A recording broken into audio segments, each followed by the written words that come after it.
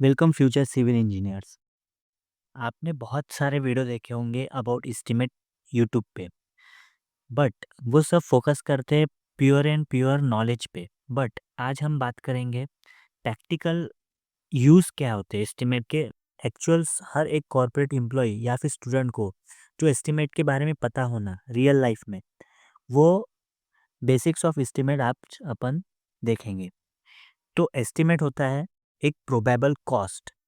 किसी भी प्रोजेक्ट को स्टार्ट करने के पहले आप अपन जो एक ओवरऑल कॉस्ट देखते हैं कि ये कितनी लगेगी या फिर फिजिबल है या नहीं अपने लिए, वो सब देखने के लिए अपन एस्टिमेट निकालते हैं। उसके बाद आते हैं पर्पस। पर्पस एक्चुअल पर्पस क्या है एस्टिमेट का। तो फर्स्ट है cost requirement.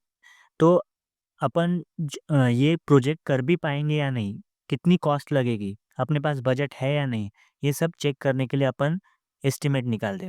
Administrative approval. Suppose करो कि जब भी हम बैंक में जाते हैं, सपोज करो तुम्हें एक घर बनाना है, अपन बैंक में गए। बैंक में जाने से पहले अपने अपन को एक उन्हें एस्टिमेट सबमिट करना पड़ता है, रफ एस्टिमेट, सो दैट कि लोन पास हो सके। तो वो एडमिनिस्ट्रेटिव अप्रूवल मिलने के लिए एस्टिमेट निकालते हैं। Technical sanction. Technical sanction means जैसे आपके आजू बाजू जो भी म्यूनिसिपल कॉरपोरेशंस होती है, वो इंजीनियरिंग डिपार्टमेंट होता है। वो इंजीनियरिंग डिपार्टमेंट हमें एक सैंक्शन देता है कि हाँ, ये फिजिबल है, इतना कॉस्ट लगने वाला है, तो ये आप एक प्रोजेक्ट कर लो। तो ये होता है technical sanction. Then after quantity of material, कि मटेरियल कितना लगेगा, कौन सा लगेगा, कितने स्पेसिफिकेशन का लगेगा, कौन से स्पेसिफिकेशन का लगेगा, कितना उसकी क्वांटिटी होगी, ये सब निकालने के लिए भी एस्टिमेट काम आता है। Then labour. लेबर मीन्स कि एक आज जैसे ब्रिक वॉल करनी है तो उसमें लेबर कितने लगेंगे, प्लास्टरिंग करनी है उसके लेबर कितने लगेंगे, ये सब ऐड होके एस्टिमेट में भी दिखाया जाता है। देन टूल्स एंड प्लान, जो जो टूल्स लगेंगे, टूल्स लगेंगे, वो सब एस्टिमेट से निकल जाता है। Then after types of estimate. Then types में क्या आता है, फर्स्ट पहला टाइप है preliminary, approx, rough, abstract. Preliminary में देन है क्वांटिटी एस्टिमेट, देन है revise and supplementary estimate, then supplementary estimate, then revise estimate, detailed estimate and annual repair and maintenance estimate. Then first है detail and item rate estimate.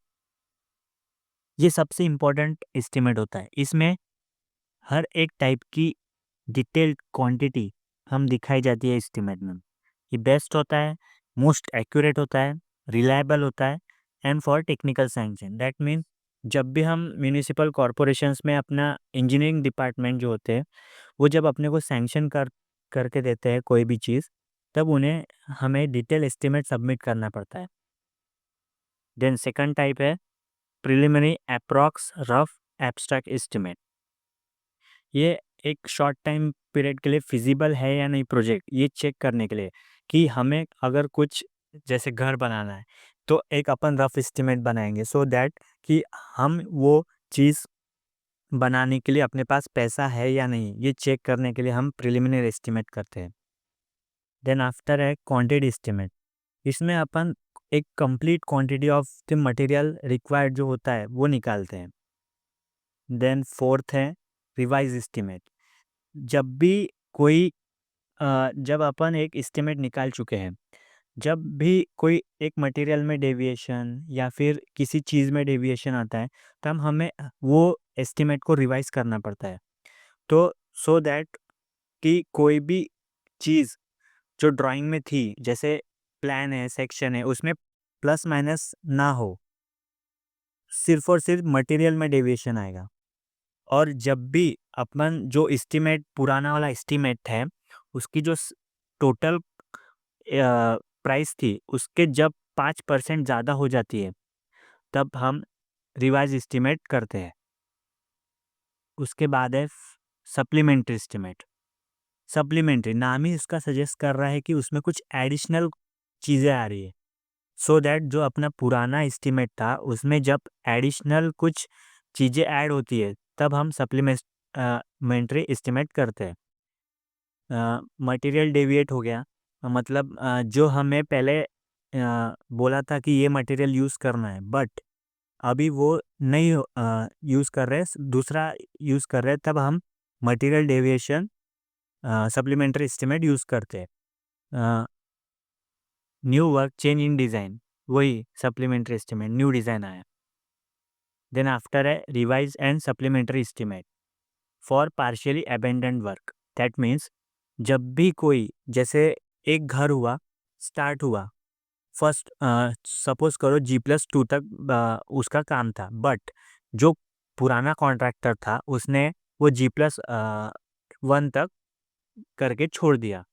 अब जब भी कोई नया contractor आएगा तो उसको वो रिवाइज्ड प्लस सप्लीमेंट्री एस्टिमेट बनाना पड़ेगा। कैसे?